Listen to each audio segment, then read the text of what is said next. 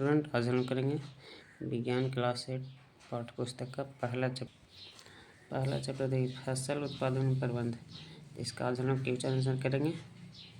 ठीक है, देखिए पहला क्वेश्चन है, उचित सब छाट कर रिक्त स्थान को भरिए। तो पहला क्या आंसर है अभ्यास का पहले जो उचित सब छाट कर। ठीक है, आइए पहला क्या कहा, एक स्थान पर एक ही प्रकार के बड़ी मात्रा में उगाए गए पौधों को क्या कहते हैं? फसल कहते हैं। फसल उगाने से पहले प्रथम चरण मिट्टी की तैयारी होती है। क्षतिग्रस्त बीज जल की सतह पर तैरने लगेंगे। फसल उगाने के लिए पर्याप्त सूर्य का प्रकाश एवं मिट्टी से जल तथा पोषक आवश्यक हैं। दूसरा क्वेश्चन देखिए, कॉलम ए में दिए गए शब्दों का मिलान कॉलम बी से कीजिए। तो आइए मिलाते हैं। खरीफ फसल हो जाएगा धान एवं मक्का। रबी फसल गेहूँ, चना, मटर। जैसे रासायनिक उर्वरक चल जाएगा यूरिया एवं सुपर फास्फेट। कार्बनिक खाद हो जाएगा पशु अपशिष्ट, गोबर, मूत्र, पादप अपशिष्ट। तीसरा क्वेश्चन, निम्न के दो उदाहरण दीजिए। खरीफ फसल का उदाहरण देखिए, खरीफ फसल का उदाहरण धान एवं मक्का। खा में था रबी फसल गेहूँ, धान।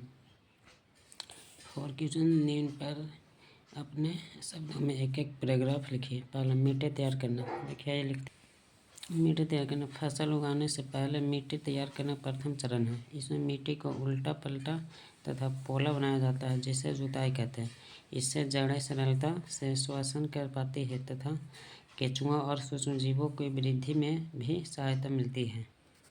दूसरा, बुआई। इसका आंसर जानते हैं। उचित दूरी एवं गहराई पर खेत में बीज बोना बुआई कहलाता है। बीजों की अच्छी किस्म का चयन करके स्वस्थ बीजों को बोया जाता है। बुआई या सीड ड्रिल द्वारा की जाती है। गहन निराई। तो निराई का आंसर जानते हैं। खेत में कई अन्य अवांछित पौधे प्राकृतिक रूप से फसल के साथ उग जाते हैं, जिन्हें खरपतवार कहते हैं। खरपतवार हटाने की प्रक्रिया को निराई कहते हैं। यह कार्य हाथों से खुरपी की सहायता या फिर 2,4-D जैसे खरपतवार नाशी के छिड़काव द्वारा किया जाता है। थ्रेसिंग का आंसर, अनाज के दानों को भूसे से अलग करना थ्रेसिंग कहलाता है। यह कार्य एक मशीन की सहायता से किया जाता है, जिसे थ्रेसर कहते हैं। 5वां क्वेश्चन देखिए, स्पष्ट कीजिए कि उर्वरक खाद से किस प्रकार के भिन्न है। इसका आंसर ये है कि उर्वरक एक मानव निर्मित लवण है। खाद एक प्राकृतिक पदार्थ है जो गोबर एवं पौधे के अवशेष के विघटन से प्राप्त होता है। उर्वरक का उत्पादन फैक्ट्रियों में होता है। खाद खेतों में बनाई जाती है।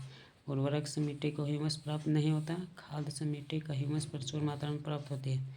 उर्वरक में पादप पोषक जैसे कि नाइट्रोजन, फास्फोरस और पोटेशियम प्रचुरता में होती है। खाद में पादप पोषक तुलनात्मक रूप से कम होते हैं। छठा क्वेश्चन, सिंचाई किसे कहते हैं? जल संरक्षण करने वाली सिंचाई। 2 विधियों का वर्णन कीजिए। सिंचाई निश्चित अंतराल पर खेत में जल देना सिंचाई कहलाता है। इसका पहला छिड़काव। इस विधि में पानी से जुड़े घूमने वाले नोजलों की सहायता से फसल पर पानी का छिड़काव किया जाता है। यह विधि लॉन, कॉफी की खेती आदि के लिए अत्यंत आवश्यक है। दूसरा, ड्रिप तंत्र। इस विधि में जल बूंद बूंद करके सीधे पौधे की जड़ें में गिरता है, अतः इसमें जल बिल्कुल व्यर्थ नहीं होता। यह विधि फलदार पौधे, बगीचों एवं वृक्षों के बहुत उपयोगी है। यदि गेहूँ को खरीफ ऋतु में उगाया जाए तो क्या होगा? चर्चा कीजिए। गेहूँ एक रबी फसल है, अतः इसे ठंडे मौसम तथा कम जल की आवश्यकता होती है। यदि इसे खरीफ ऋतु में उगाया जाए तो इसके पौधे ठीक से बढ़ेंगे नहीं तथा इस ऋतु की अत्यधिक वर्षा के कारण सड़ जाएंगे, जिससे फसल बर्बाद हो सकती है। खेत में लगातार फसल उगाने से मिट्टी पर क्या प्रभाव पड़ता है? व्याख्या कीजिए। मिट्टी फसल को खनिज पदार्थ प्रदान करती है, जो पौधे की वृद्धि के लिए आवश्यक है। लगातार फसल उगाने से मिट्टी में इन पोषकों की कमी हो जाती है। इससे मिट्टी अनुपजाऊ हो जाती है। खरपतवार क्या है? हम उनका नियंत्रण कैसे कर सकते हैं?